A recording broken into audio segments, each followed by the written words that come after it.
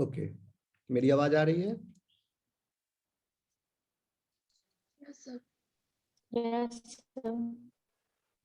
Network कहीं मेरा voice break तो नहीं हो रहा है? नेटवर्क ठीक है? नहीं सर, ठीक है आवाज। ठीक है। ठीक है, आप लोग म्यूट कर लीजिए। Okay, so now comes the components of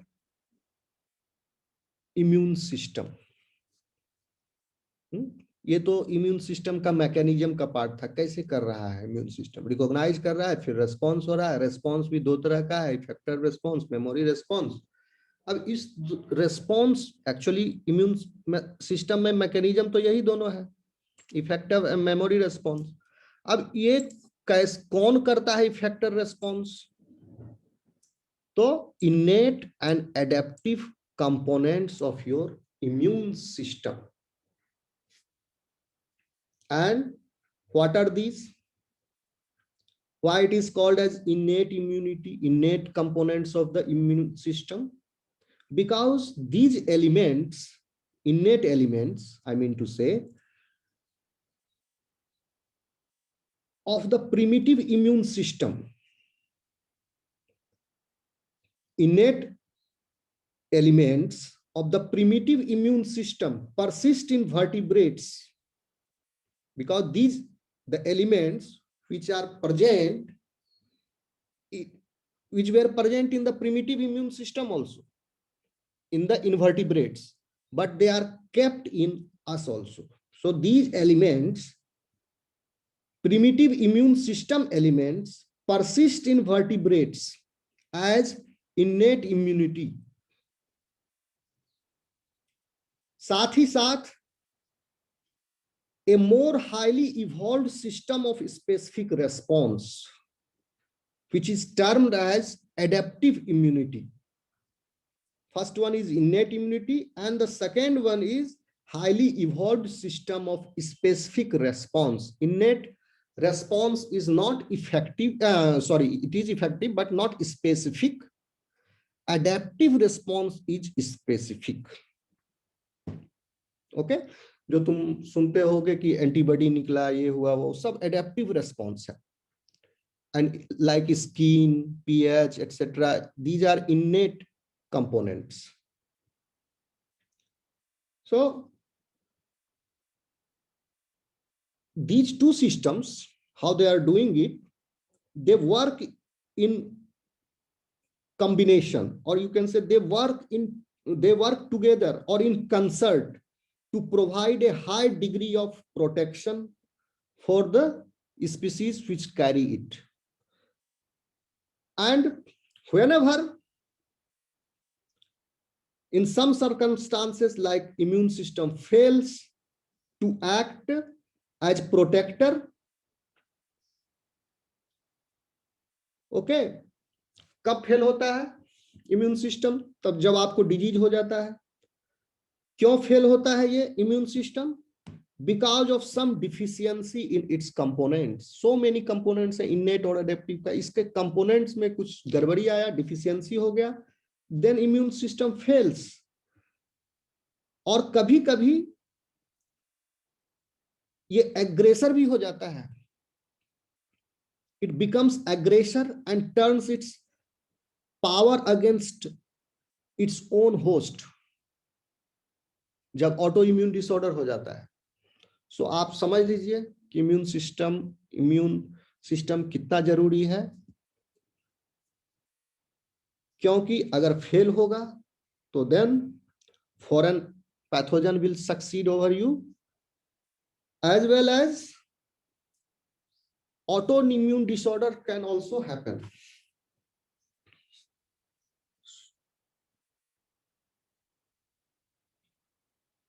Okay, समझ में आ रहा है आपको? कहीं समझ में नहीं आ रही है इससे हमको क्लेरिफिकेशन ले सकते हैं.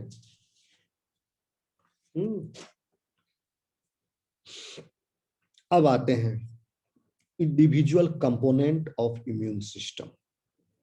हर एक को डिटेल में पढ़ेंगे थोड़ा. यानी इनेट को और एडेप्टिव को, one by one.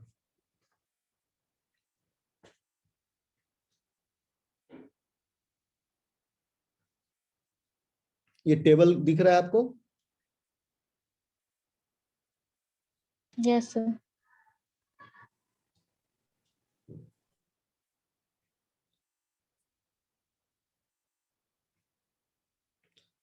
So as we have discussed, immunity, which is the state of protection from infectious disease, has both a less specific and a more specific component. Okay? The less specific component is innate immunity, which provides the first line of defense against infection. And most components of innate immunity are present before the onset of infection. ये point आपको समझ लेनी चाहिए। Infection से पहले ही innate immunity के components आपके पास हैं, बट एडेप्टिव इम्यूनिटी का कंपोनेंट्स आफ्टर इन्फेक्शन अपीयर होते हैं। And these components constitute a set of disease resistance mechanisms that are not specific to a particular pathogen, but that include cellular and molecular components that recognize classes of molecules peculiar to frequently encountered pathogens. कहने का मतलब है components of the innate immunity are present before the disease, okay?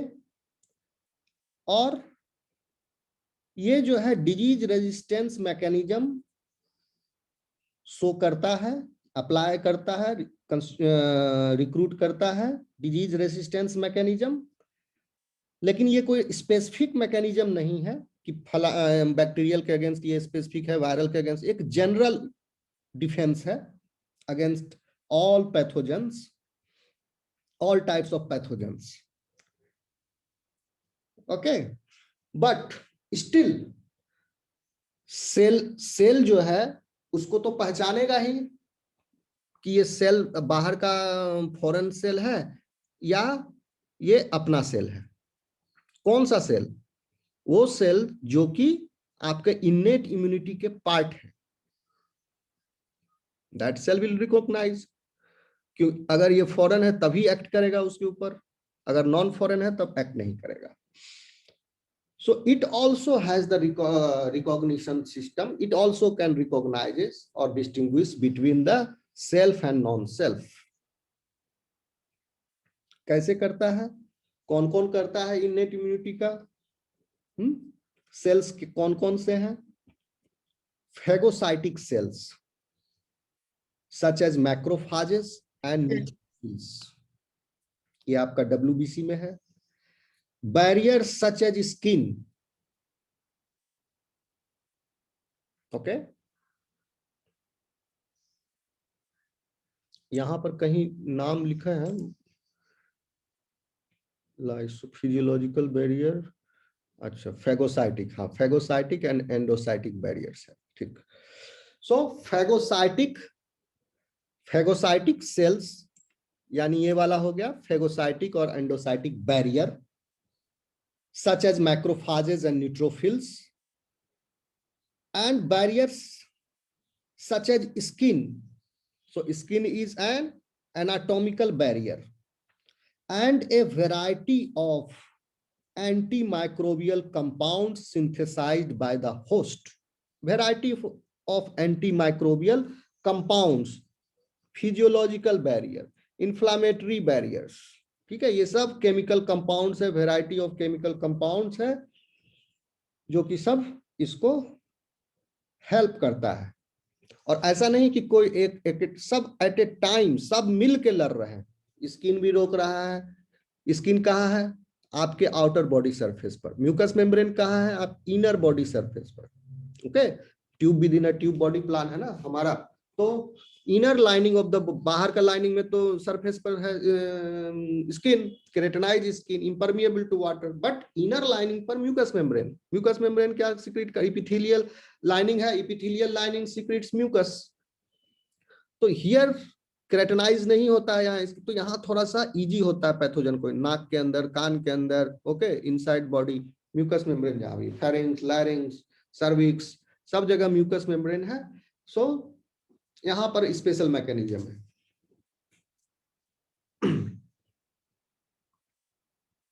समझ में आ रहा है आप लोगों को?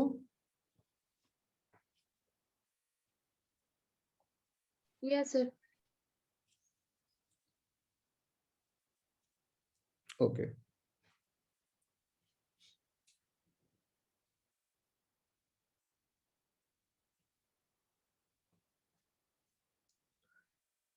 लेकिन इसके उलट ये सब तो आप देख लिए, यूनिवर्सल है, सब पर एक्ट करेगा, ग्रॉसली स्पेसिफिक नहीं है। इसके उलट एडेप्टिव इम्यूनिटी स्पेसिफिक होता है, ओके। और एडेप्टिव इम्यूनिटी तब तक नहीं आएगा जब तक एंटीजेनिक चैलेंज नहीं होगा। इन्नेट इम्यूनिटी का कंपोनेंट्स पहले से ही बॉडी के अंदर है। अब हम देखते हैं इन्नेट इम्यूनिटी को थोड़ा सा डिटेल में।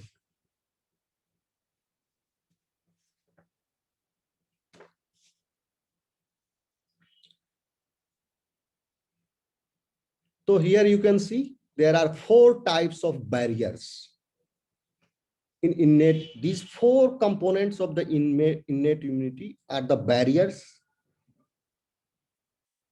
and these are the defensive barriers: anatomic barrier, physiologic barrier, phagocytic barrier, and inflammatory barrier. First, I will come to the anatomic barrier. So what it does? Anatomic barrier कौन-कौन सा है? The skin and the mucosal surfaces. What does these do? They provide protective barriers against infection. Okay. So these are the physical barrier. कौन हो गया physical barrier? Skin हो गया जो बाहर से सेपरेट आउट कर रहा है, and the anatomical barrier which is mucous membrane. Okay, they tend to prevent the entry of pathogens, and this is organism's first line of defense against infection. What it does? Skin and the surface of mucous membranes are the effective barriers to the entry of most microorganisms. इसीलिए इस category में इसको include किया गया। क्यों skin करता है barrier का काम? क्योंकि skin is consisting of 2 distinct layers. The outermost layer, that is a thinner layer, which is called as epidermis, and a thicker layer beneath the epidermis is dermis. पता है ना आप लोगों को? सुने हो ना नाम? Hello, yes sir. बोर तो नहीं हो रहा है आप यस लोगों सर। को? समझ में आ रहा है? No sir. कैसा लग रहा है इम्यूनोलॉजी? अच्छा लग रहा है।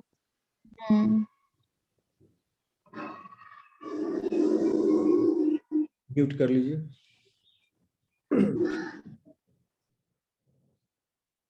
So epidermis and dermis, these two are the layers of skin, and epidermis contains, एक लेयर तो है नहीं, epidermis भले ही thin layer है, but epidermis contains several layers of tightly packed epithelial cells, और उस tightly packed epithelial cells जो epidermis में है, उस several layer, उसमें भी जो outer layer है, ठीक है, इपिडर्मिस का भी, स्किन का outer layer is epidermis, epidermis का भी जो आउटर लेयर है, the outer epidermal layer, okay, is consisting of dead cells and those cells are keratinised, मतलब those cells are filled with a waterproofing protein called keratin.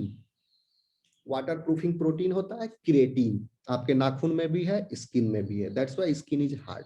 कहीं घाव हो जाता है, खट्टी परना सुने होगे, ब्लैक स्कार हो जाता है, वहां क्या हो रहा है, basically skin is more keratinized, more melanized, इसीलिए स्कार हो गया, दाग पड़ जाता है, और मोटा हो जाता है स्किन वहां पर, क्योंकि वो ज्यादा केराटिनाइज्ड हो गया। ठीक है, पैर जूता पहनते हो, चप्पल पहनते हो, कहते हो कि काट लिया जूता, फिर वहां देखोगे स्किन मोटा हो जाता है थोड़ा, तो वहां पर क्या हो गया, skin is more keratinised. So this is the protein, keratin protein, which is present in the outermost layer of the epidermis, and it doesn't allow the water to come inside. So penetration into the skin becomes impossible for the pathogen unless and until the skin is cut or abrased or some injury has happened. जब तक वहां cut नहीं होगा तब तक pathogen enter कर नहीं सकता स्किन में, वो बहुत बढ़िया बैरियर है। इसीलिए आजकल न्यूज में सुनते रहते हो, जल गया, ये हो गया, इतना % burn, skin burn. Skin burn हो जाने से सबसे ज्यादा मुश्किल हो जाता है पेशेंट को उसका, क्योंकि फर्स्ट लाइन ऑफ डिफेंस चला गया, अब उसके ऊपर पूरा एनवायरनमेंट का पैथोजन पूरे बॉडी पर अटैक करेगा, जहां उसको एंट्री पॉइंट मिलेगा। So it becomes very difficult to manage the patient, पूरा लेप लगा दिया जाता है उसको इस बॉडी पर। So the outer epidermal layer बता दिया आपको, केराटिनाइज हो जाता है। डर्मिस में क्या होता है, जो नीचे वाला लेयर है, dermis which is composed of connective tissue, and dermis also contains blood vessels, hair follicles भी होता है डर्मिस में, सीबेसियस ग्लैंड्स भी होते हैं, साथ ही साथ आपके स्वेट ग्लैंड्स भी होते हैं डर्मिस में। एपिडर्मिस में नहीं है ये सब, स्किन के डर्मिस के एपिडर्मिस के नीचे जो डर्मल लेयर है उसमें प्रेजेंट है।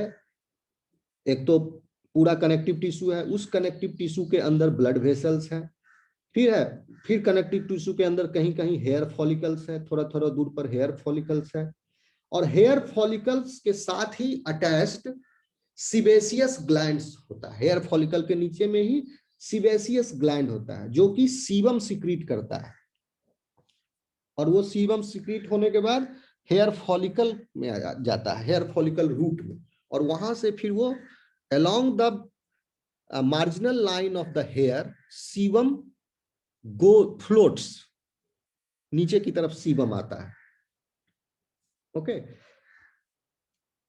तो sebaceous glands special type of gland होते हैं, and they are associated with the hair follicles. इनका काम क्या है, they produce an oily secretion which is called as sebum. और सीबम से क्या फायदा होता है, क्या बेनिफिट है डिफेंस मैकेनिज्म को, स्किन को?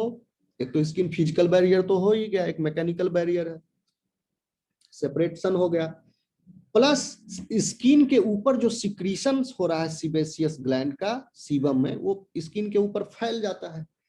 तो जब स्किन के ऊपर सीबम फैलता है तो sebum is consisting of lactic acids and fatty acids, and because of this they maintain the pH of the skin between 3 to 5,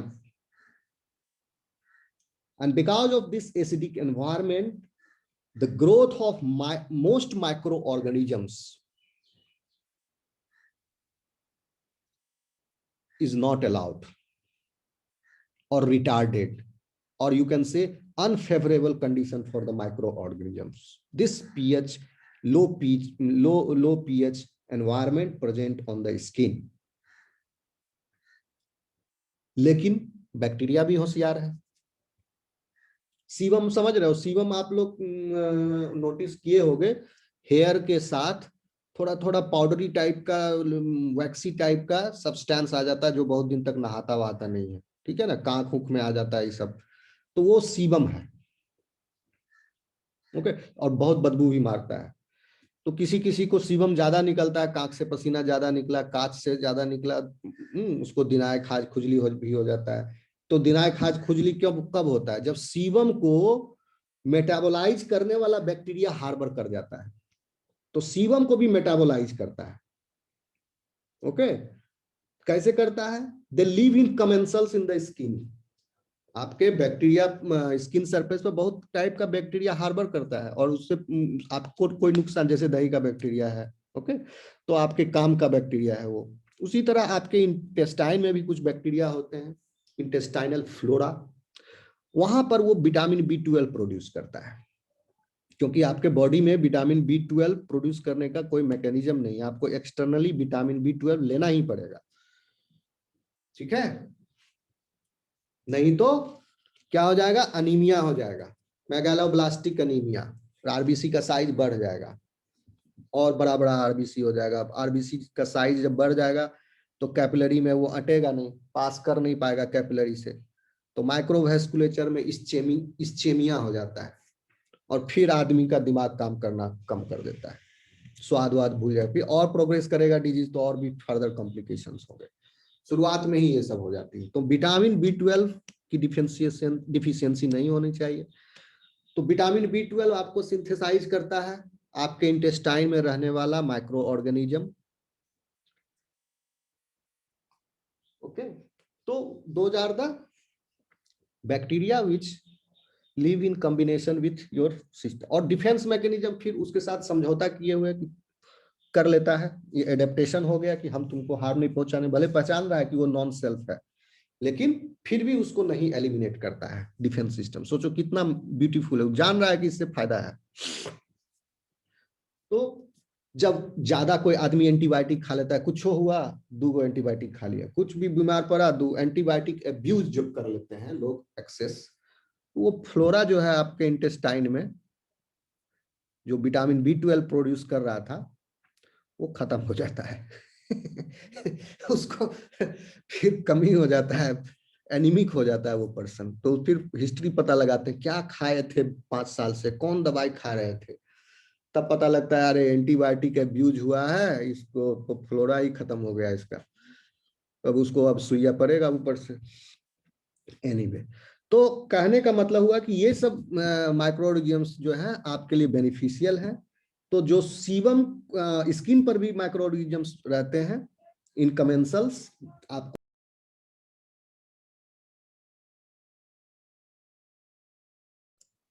hello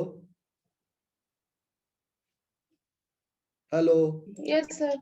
मेरी यस आवाज सर। मेरी यस आवाज सर। आ रही है क्या? बीच में डिस्कनेक्ट? Yes sir. सर अरे network, कोई नहीं, हम रिकॉर्ड तो कर रहे हैं, आप लोग रिकॉर्डेड देख, कट कट रहा है तो थोड़ा नेटवर्क इशू हो गया। टाइम ज्यादा वैल्यूबल है ना, क्लास को रोकेंगे तो फिर गड़बड़ हो जाएगा, फिर आगे कब टाइम मिलेगा। इसलिए जैसा भी नेटवर्क हो थोड़ा देख लो, रिकॉर्डिंग चल रहा है, बाद में देख लो। ठीक है, समझ में आ रहा है कि नहीं?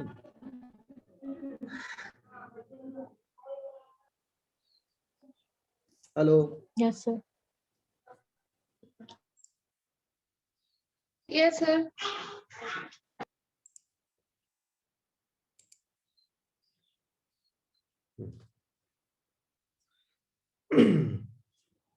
कहाँ पर थे? हाँ, तो क्या होता है, कुछ बैक्टीरिया जो है सीबम को भी मेटाबोलाइज कर सकते हैं। तो जब सीबम को मेटाबोलाइज कर देता है तो उस बैक्टीरिया से इन्फेक्शन भी हो जाता है बॉडी को, और देखोगे फोड़ा फुंसी एक्नी टाइप का स्किन पर आता है बहुतों को। और किसी को एक्नी आ रहा है तो अब जाने का नाम नहीं ले रहा है, बार बार एक्नी आ रहा है, वो अपना परेशान है आईना देख देख के, है ना, खोट रहा है, काला हो गया, गड्ढा हो गया, और दुखी हो गया बेचारा, सुंदरता खराब हो गया, ये सब करते रहता है। तो एक मलहम आता है, उसका नाम है एक्यूटेन, और उसमें होता है आइसोट्रेटिनोइन। आइसोट्रेटिनोइन ये विटामिन A का डेरिवेटिव है। इस मलहम को लगाने से वो बैक्टीरिया जो है एलिमिनेट हो जाएगा। तो फिर सीबम जो है फिर से सिक्रीट नहीं, बैक्टीरिया नहीं एलिमिनेट होता, सॉरी, सीबम का फॉर्मेशन ही ब्लॉक हो जाता है इसकी वजह से। तो सीबम सिक्रीट नहीं होता है। तो जब सीबम सिक्रीट नहीं होगा तो बैक्टीरिया उसको मेटाबोलाइज नहीं कर पाता। तो ये सब, ये वाला ड्रग को यूज किया करते हैं लोग कॉस्मेटिक इंडस्ट्री में बहुत, ताकि पसीना ना निकले, बदबू ना निकले शरीर से। आइसोट्रेटिनोइन, एक्यूटेन, जान लो, तुम लोग भी ब्यूटी कॉन्शियस है इसलिए बता दिए। और स्किन का चर्चा चल रहा है। अब देखते हैं, स्किन कभी कभी फेल भी कर जाता है। कब फेल करता है? जब स्किन में ब्रेक होता है, okay, resulting from the scratches, wounds और abrasion. So now the skin develops the route for infection after these things. और साथ ही साथ इतना ही नहीं, अगर स्किन में इंजुरी नहीं भी हुआ है तो भी आप लोग डेली एनकाउंटर करते हो, मच्छर काट लेता है, ठीक है, मॉस्किटो जो है पेनिट्रेट कर जाता है स्किन को, और डर्मल लेयर में जाकर के ब्लड वेसल तो डर्मल लेयर में, एपिडर्मिस को क्रॉस कर गया उसका, डर्मल लेयर में जाकर के ब्लड वेसल में अपना सूंड घुसा देता है और वहां से ब्लड सक कर लेता है। और लेकिन ब्लड जब सक करता है तो मॉस्किटो का जो सलाइवरी ग्लैंड होता है, सलाइवा होता है मॉस्किटो का, उस सलाइवा भी मिक्स हो जाता है आपके ब्लड में, मॉस्किटो का सलाइवा। और अगर मॉस्किटो के सलाइवा में पैथोजन है, जैसे कि मलेरिया, डेंगू, ये सब अगर पैथोजन है उस, क्योंकि वेक्टर है ना मॉस्किटो, तो सलाइवा के थ्रू वो पैथोजन ब्लड में चला गया। तो बिना स्किन ब्रेक हुए मॉस्किटो अपना सूंड से इंजेक्ट कर दिया, एक तरह से इंजेक्शन सिस्टम है मॉस्किटो के पास, आपके ब्लड में पैथोजन एंटर कर दिया। मॉस्किटो है, माइट्स है, टिक्स है, फ्ली,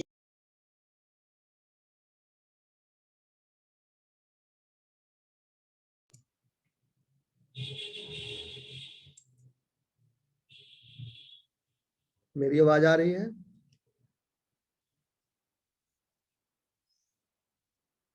अब आ रही है सर, बीच में से। कहाँ से टूटा था आवाज? क्या हम बोले थे लास्ट? शशिलता को एंटर कर लेना। सर इसमें दीपा, शशिलता को ऐड कर देना। शशिलता आई थी बाद में सेकंड क्लास में, तो इसको ऐड कर लेना। और कौन आई? प्राची आई। फिर इंटरनेट अनस्टेबल आ रहा है। ये मेरा लखीसराय में ज्यादा सही नेट मिलता था, ये मुंगेर में कम स्पीड हो गया मेरा। जब से मुंगेर में आए हैं नेट का स्पीड, कल भी सेमेस्टर 2 का क्लास, बीएससी 2 का क्लास में प्रॉब्लम किया नेट।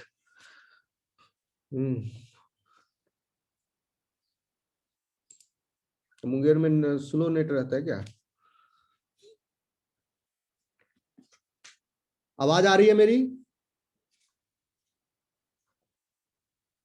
देखो। Yes sir. हाँ, क्या बोले थे लास्ट? कहाँ से टूटा था लिंक? कहाँ तक नहीं आवाज आई थी? बोलो।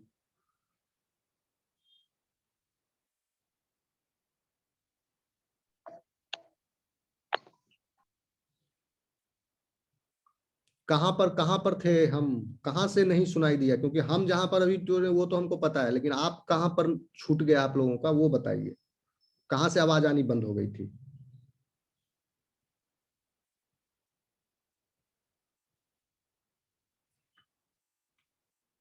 लगता आवाज नहीं जा रहा क्या?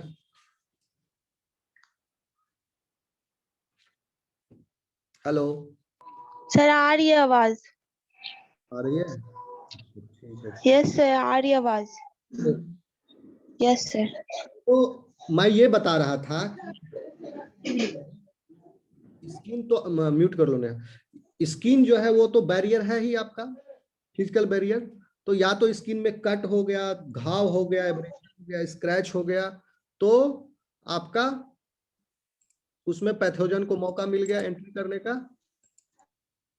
लेकिन अगर स्किन में कट नहीं हुआ है तो भी कुछ पैथोजन जो है स्ट्रेटजी अपनाए हुए है थ्रू वेक्टर, जैसे कि mosquito, mites, ticks, fleas, and sand flies, नाम सुने होंगे, मच्छर, खटमल, जुएं, ढिल्ला जो होता है माथा में, चिल्लड़, ये सब जो है एक्टो पैरासाइट है। और ये जो है स्किन में अपना टेंटेकल जो है, सूंड जो है, पेनिट्रेट करके ब्लड स्ट्रीम को सक करता है, ब्लड को सक करता है। लेकिन जब ब्लड सक कर रहा होता है तो उसका भी सलाइवा जो है ब्लड में मिक्स हो जाता है, पैरासाइट का। तो अगर पैरासाइट में जैसे मॉस्किटो में क्या है, प्लाज्मोडियम फाल्सीपेरम है, तो वो चला जाएगा मलेरियल पैरासाइट। तो बिना स्किन कट हुए मलेरियल पैरासाइट जो है मॉस्किटो के थ्रू एंट्री पा जाता है ब्लड में। तो क्या हुआ यहाँ पर, आपका फर्स्ट लाइन ऑफ डिफेंस जो है ब्रीच हो गया, टूट गया, मूर्ख बना दिया फर्स्ट लाइन ब्रीच को। आपका डिफेंस सिस्टम को प्लाज्मोडियम फाल्सीपेरम, मलेरिया का पैरासाइट जो है बाईपास कर दिया। आवाज आ रही है मेरी? Yes. Yes, sir. ओके। सिर्फ मलेरिया ही नहीं, आप सुने होंगे बल्बोनिक प्लेग होता है। बल्बोनिक प्लेग, बल्बोनिक प्लेग बोल रहे हैं, सॉरी, इसको बोलते हैं बल्बोनिक, तो दूसरा टर्म है ब्यूबोनिक प्लेग, ब्यूबोनिक प्लेग। और ब्यूबोनिक प्लेग होता है फ्लीज के काटने से। और एक होता है लाइम डिजीज, ये टिक के काटने से होता है, यानी चिल्लर और ढिल्ला के टाइप का समझो, ये डिफरेंट स्पीसीज है टिक, उससे लाइम डिजीज होता है। ओके, अब आते हैं हम लोग स्क्रीन शेयर नहीं है, रिकॉर्डिंग चालू है ना? हाँ, Yes. कनेक्ट होता है तो स्क्रीन भी गायब हो जाता है। अब आते हैं एनाटॉमिक बैरियर जो है स्किन, फिजिकल बैरियर। अब दूसरा एनाटॉमिक बैरियर जो है म्यूकस मेम्ब्रेन, उस पर आते हैं। कहां कहां पर म्यूकस मेम्ब्रेन है आपके बॉडी में, कहां कहां म्यूकस मेम्ब्रेन है? कंजंक्टाइवा, नाम सुने हो कंजंक्टाइवा? अभी आप जो ये मोबाइल देख रहे हो, स्क्रीन वीडियो क्लास का, कहां से देख रहे हो? कंजंक्टाइवा से देख, आईज के ऊपर होता है लेयर कंजंक्टाइवा का। The conjunctiva and the alimentary canal, not only the alimentary canal, respiratory tract and urogenital tract also, these are lined by mucous membranes, and these mucous membranes चूंकि dry नहीं होता है, these are wet by the mucus. Okay, mucus is secreted by the epithelial membrane. Sir conjunctiva में तो आँख आना होगा क्या? हाँ हाँ, आँख आना कंजंक्टिवाइटिस बोलते हैं, बीमारी का नाम है। बीमारी का नाम क्या है? Conjunctivitis. Conjunctivitis. Conjunctivitis. Yes, sir. Affect क्या होता है? Conjunctivitis. कंजंक्टाइवा इफेक्ट होता है, ठीक है। कंजंक्टाइवा के नीचे होता है कॉर्निया, तो कॉर्निया को कंजंक्टाइवा प्रोटेक्ट करता है। म्यूकोसल लाइनिंग है आंख के ऊपर, जो आंख चमकता है। अब जो है कहां हो रहा है? इनर लाइनिंग पर म्यूकोसल मेम्ब्रेन है। तब इनर लाइनिंग कहां से शुरू हो गया? ठोर के तुरंत बाद शुरू हो गया। ठोर के अंदर, मुंह के अंदर, बक्कल कैविटी, इसोफेगस, ठीक है, फिर आपका स्टमक, ये सब हो गया म्यूकोसल लाइनिंग। साथ ही रेस्पिरेटरी सिस्टम में और यूरिनोजेनाइटल सिस्टम और यूरोजेनाइटल सिस्टम में म्यूकस मेम्ब्रेन होता है। अब सवाल उठता है कि ये मेम्ब्रेन होता क्या चीज है? बता चुके हैं, it consist of outer epithelial layer and underlying a layer of connective tissue. Okay.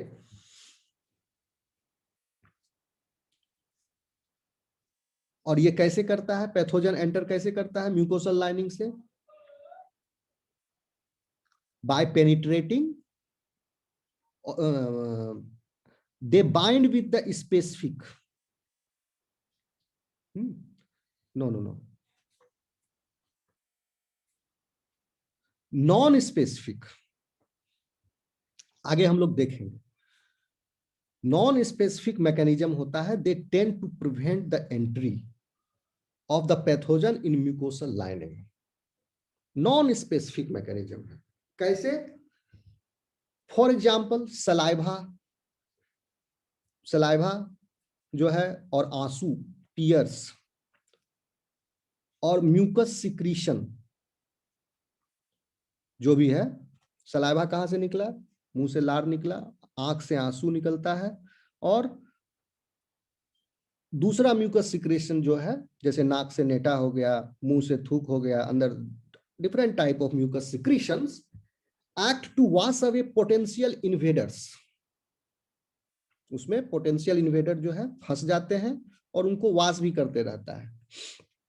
नाक का म्यूकस में डस्ट पार्टिकल्स और इन्वेडर्स फंस गया, बाद में वो सॉलिडिफाई होकर के निकल जाता है, जिसको आप लोग बैड हैबिट भी कहते हो। बैड हैबिट थोड़े है, वो तो बेचारा नाक में उंगली निकाल के डाल के निकाल रहा है गंदा। ओके, सो या पानी से साफ कर लेगा।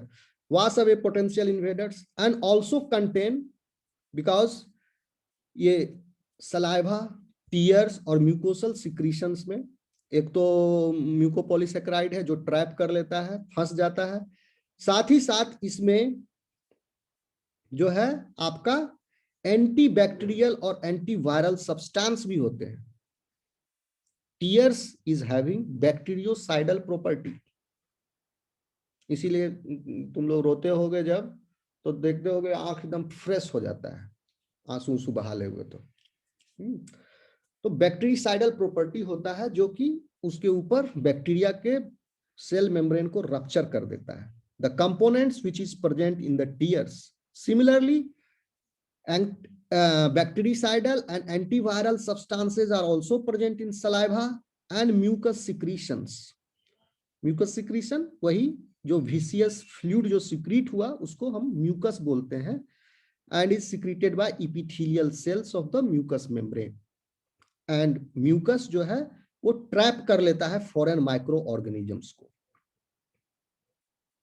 ओके, एक एडिशन होता है म्यूकस मेम्ब्रेन के साथ, कहां पर? रेस्पिरेटरी ट्रैक में।